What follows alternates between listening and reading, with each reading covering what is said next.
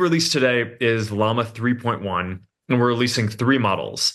The first time we're releasing a 405 billion parameter model. So it's by far the most sophisticated open source model that I think anyone has put out.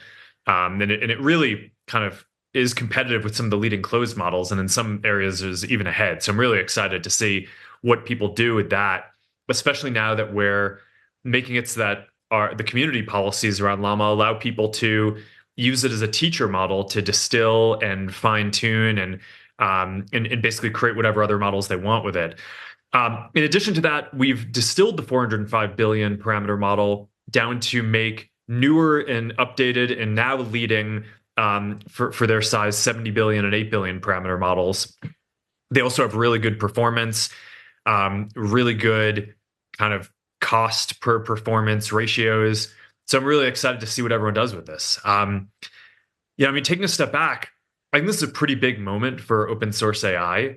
I've been reflecting on this, and I kind of think it's, I've thought for a while that open source AI was going to become the industry standard, and I thought that it would basically follow the path that Linux did, where if you go back to before Linux was popular, there were all these companies that had their own closed versions of Unix, and at the time, there's nothing that was sort of that sophisticated that had ever been done as an open source project, and people thought, hey, no, this is like the closed model of development is the only way to do something that's this advanced. And at first, Linux kind of got its foothold because it was cheaper, because developers could customize it in different ways. And then over time, as the ecosystem built out, it got more scrutiny, so it actually became the more secure one. It became the more advanced one.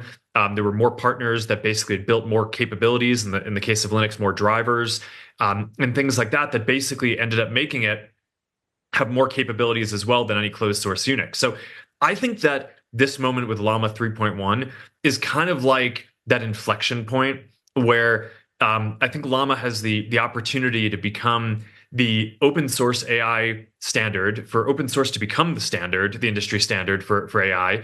And even in the places where it's not yet ahead on performance, it leads on kind of cost and on customizability and on the ability to take the model and fine tune it and do all the things that you want with it. So I think that those are just huge advantages that we're going to see developers take, and we're focusing on building out this partner ecosystem, and there are going to be all these different capabilities that get built out around it. So yeah, really excited to talk about